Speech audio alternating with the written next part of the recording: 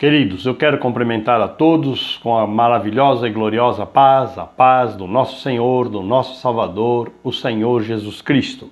Mais uma vez estamos juntos para meditar na palavra do Senhor nosso Deus.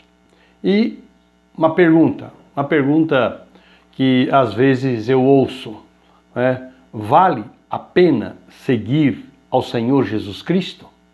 Vale a pena?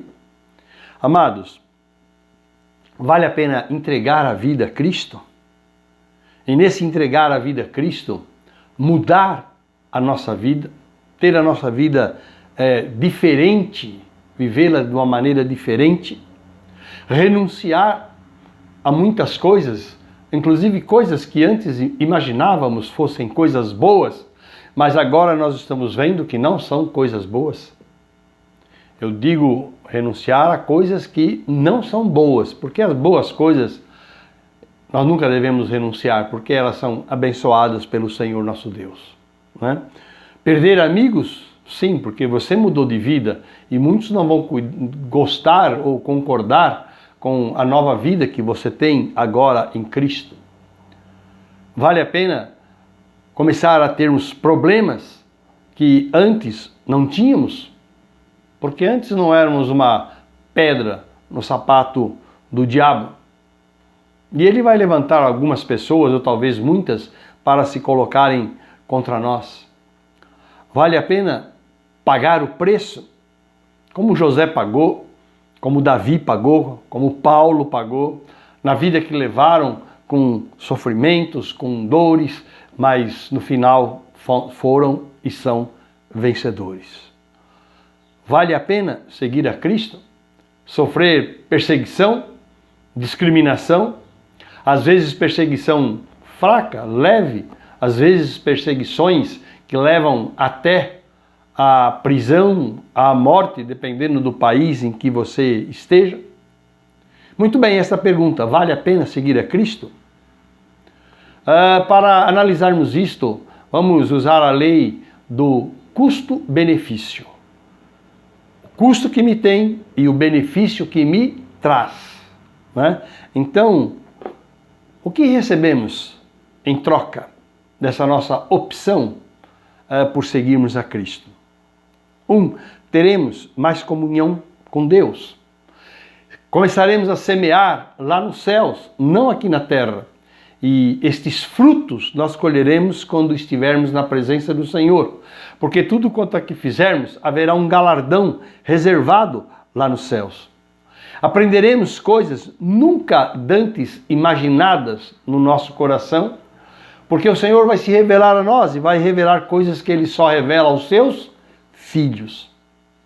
E por falar em coração, como será o nosso coração? Com Cristo, quando decidimos seguir a Cristo. Ele será um coração renovado. Por quê? Porque ele será lavado, purificado e santificado pelo Senhor. O nosso coração terá um novo padrão para a sua conduta e para as suas decisões, que é a palavra do Senhor nosso Deus, expressa na Bíblia. O nosso coração será transformado, ele será cheio do amor de Deus, até extravasando, transbordando e alcançando outras pessoas. Por isso as nossas palavras serão outras, a nossa conduta será outra. Aprenderemos com Deus o perdão, a misericórdia. Do nosso coração será tirado o ódio, a ira, a contenda. Nós passaremos a dar valor àquilo que realmente importa. E ele será também cheio do Espírito Santo. E ele terá o nosso coração, dentro dele, a paz que só Cristo pode dar. Aquela que, apesar de todos os problemas, nós seremos abençoados e teremos paz, porque a paz que ele dá é diferente. Seremos cheios do Espírito Santo, que nos guiará, que nos orientará e que nos dará o fruto do Espírito Santo, longanimidade, bondade e mansidão. E sobre o nosso dia a dia, quer ver? Seremos guiados pelo Senhor, Ele irá à nossa frente, seremos guardados por Ele de dia e de noite. A palavra de Deus nos ensina isso. Ele nos livrará dos males, dos problemas. Quando tivermos que tomar decisões, seremos orientados por Ele. Ou seja, não teremos medo de errar, porque Ele nunca errou e não vai errar conosco também. Queridos, viveremos uma vida muito mais seguros, seremos muito mais decididos, sem medo da vida. Por quê? Porque Ele será o timoneiro do nosso barco. Mas eu quero falar sobre algo diferente. As grandes promessas da Bíblia. Você sabia que há promessas na Bíblia que são reservadas a todos os homens? Ele faz com que a sua chuva venha sobre bons e sobre maus. E tem mais uma série de citações. Mas há promessas que são reservadas somente para aqueles que têm o Senhor Jesus como seu Senhor, o seu Salvador. Aqueles que resolveram seguir a Cristo. Sabe quantas promessas tem na Bíblia? Mais de 8.000 promessas. Vamos ver algumas? As promessas celestiais. Nós somos reconciliados com Deus através de Cristo. Nós estaremos com Ele na eternidade para sempre. Aonde? Lá no paraíso. E veja bem, Deus, está escrito, vai restaurar todas as coisas. E nós seremos como era Adão antes de pecar. Pense bem nisso. Nós estamos vendo a lei do custo e do benefício, certo? E no nosso corpo? O nosso corpo é um corpo corruptível por causa da semente do pecado, das doenças que advêm de tudo isso. Ele será transformado num corpo incorruptível, que está escrito na palavra do Senhor. Sem doença, sem dor, sem morte, com a vida eterna, sem o passar do tempo. E a nossa vida propriamente dita, como será lá nos céus? Está escrito, lá não haverá choro, não haverá lágrimas, não haverá tristeza, não haverá problemas. Nós estaremos numa plena e constante e eterna glorificação de Deus. Aonde está escrito tudo isso? Na palavra do Senhor. Na palavra do Senhor está escrito assim, como ele falou para o ladrão que estava à sua direita na cruz do Calvário, ainda hoje estarás comigo no paraíso. Como está escrito, não provará da segunda morte. Como o Senhor Jesus Cristo diz, eu o ressuscitarei no último dia. Como ele diz, ainda que esteja morto, viverá. Mas eu quero falar de outras promessas. No livro de Apocalipse, logo no começo, a partir do capítulo de número 2, existem as chamadas 7 cartas escritas às igrejas da Ásia. A Ásia era uma região geográfica. Então, Deus mandou com que o apóstolo João, através do anjo, que é o apóstolo João, escrevesse cartas às 7 igrejas, 7 cidades da Ásia. E cada uma delas tem promessas. E promessas que não são só para aquelas igrejas individualmente, mas é para todo o povo de Deus. Todo aquele que resolve seguir ao Senhor Jesus Cristo. Vamos ver? A primeira carta foi escrita à igreja de Éfeso. Éfeso era uma cidade, aos Efésios, tá? E ela diz assim, lembra-te, vamos lá, versículo de número 7. Quem tem ouvidos, ouça o que o Espírito Santo diz às igrejas. Ao que vencer, dar-lhe-ei a comer da árvore da vida, que está no meio do paraíso de Deus. A primeira coisa, a vida eterna, comer do fruto da árvore da vida. Ao que vencer, dar-lhe-ei a comer da árvore da vida, que está no meio do paraíso de Deus. Essa é a promessa para a igreja de Éfeso.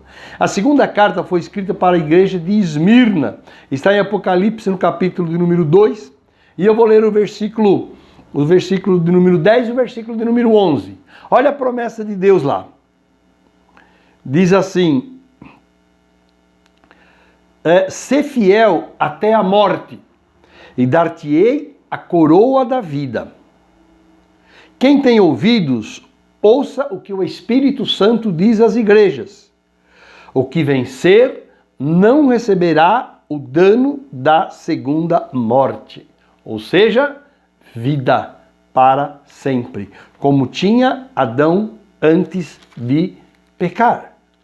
A terceira carta foi escrita para a igreja de Pérgamo, Pérgamo, onde foi inventado o pergaminho, né? Onde eram escritos os documentos. E está no capítulo 2, eu lerei o capítulo 2, o versículo de número 17. Olha a promessa. Quem tem ouvidos, ouça o que o Espírito Santo diz às igrejas. Ao que vencer, darei eu a comer do maná escondido. Quer dizer, o maná escondido, o maná que o homem terreno, o alimento que o homem terreno não experimentou, que é reservado somente para os filhos de Deus, lá nos céus. E será o alimento espiritual da nossa vida para sempre.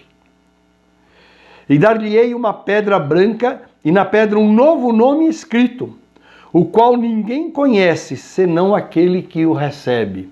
Você sabia que você estando lá nos céus com o Senhor, Ele vai te dar um novo nome? Segundo a vontade dEle, para te honrar? E que ninguém conhece, só você saberá? Então, queridos, essa é uma outra promessa. A quarta carta foi escrita ao povo da igreja de Tiatira. De Tiatira. No capítulo 2, eu vou ler os versículos 26 e 27. Diz assim: ao que vencer e guardar até o fim as minhas obras, eu lhe darei poder sobre as nações, e com vara de ferro as regerá, e serão quebradas como vasos do oleiro, como também recebi este poder do meu Pai.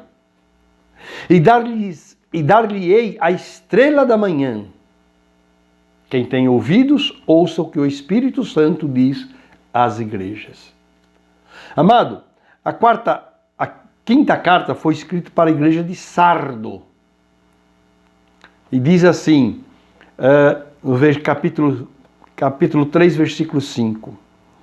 Diz assim: quem vencer será vestido de vestes brancas, e de maneira nenhuma riscarei o seu nome do livro da vida. De maneira alguma riscarei o seu nome do livro da vida.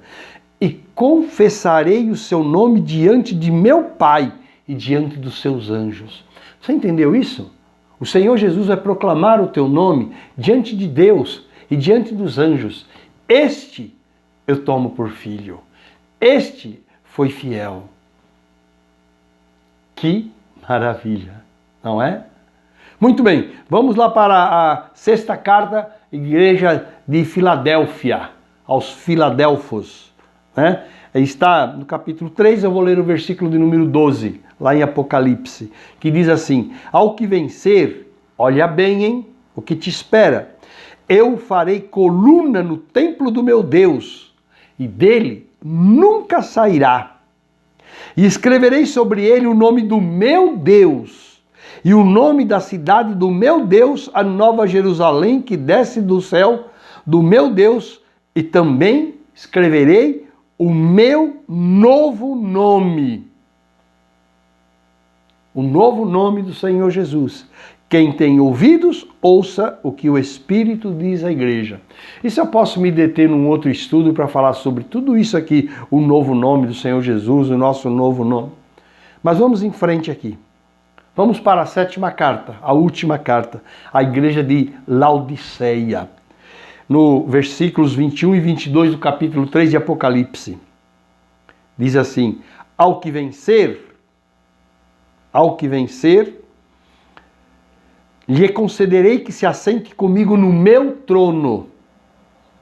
Assim como eu venci e me assentei com meu Pai no seu trono. Você está entendendo o que é essa promessa? Se assentar no trono com o Senhor Jesus? Está escrito isso daqui. Ele dará poder para reger as nações quando ele voltar com a sua igreja. Ele dará o fruto da árvore da vida Ele nos dará um novo nome segundo a sua vontade.